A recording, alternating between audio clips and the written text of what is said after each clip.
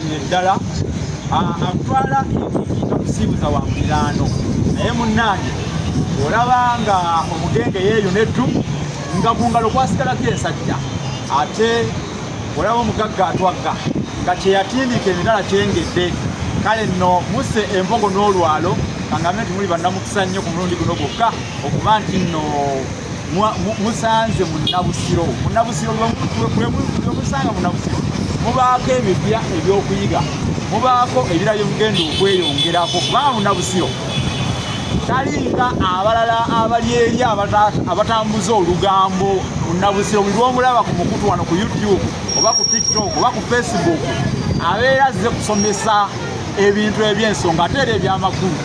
Nolwekyo munnabusiro mumwekwate ngeri ya nkolo nakambe abasomese ebintu eby'ensonga ate era ebyamakulu.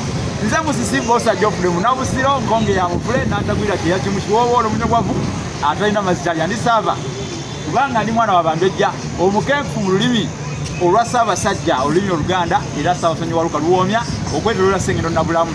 Olwaleero ndi wano mu kibuga eky'amafuta ekibuga Hoima.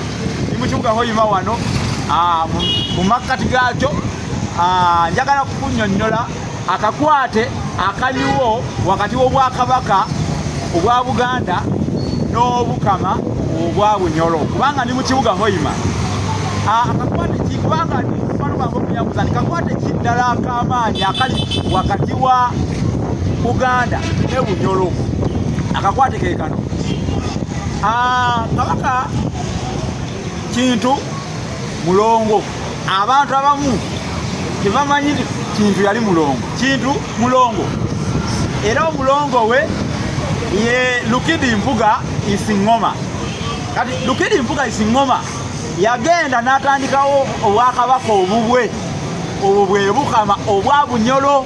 Lukidi Mpuga Isingoma yatandikawo Obukama obwa Bunyolo kubanga Bunyolo yo teba na Kabaka ebeera ne Omukama nga bw'olaba Solomon gafa busa. Kati ate Kintu n'atandikawo Obwakabaka obubwe.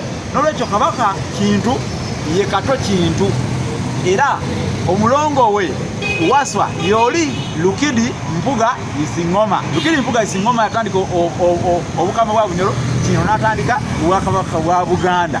Olaba ndowooza akakwata ako akaliwo. Olwaleero njogedde ebyera mbinyonyo temubitegedde kansinzire ku ssinzi ngoberere ekkobe munjagala kwa mwaka mu butuufu munanzisa bikongoliro akutwala enkiki nakugayita kusibuza wa muliraano kankomeko wano olwaleero.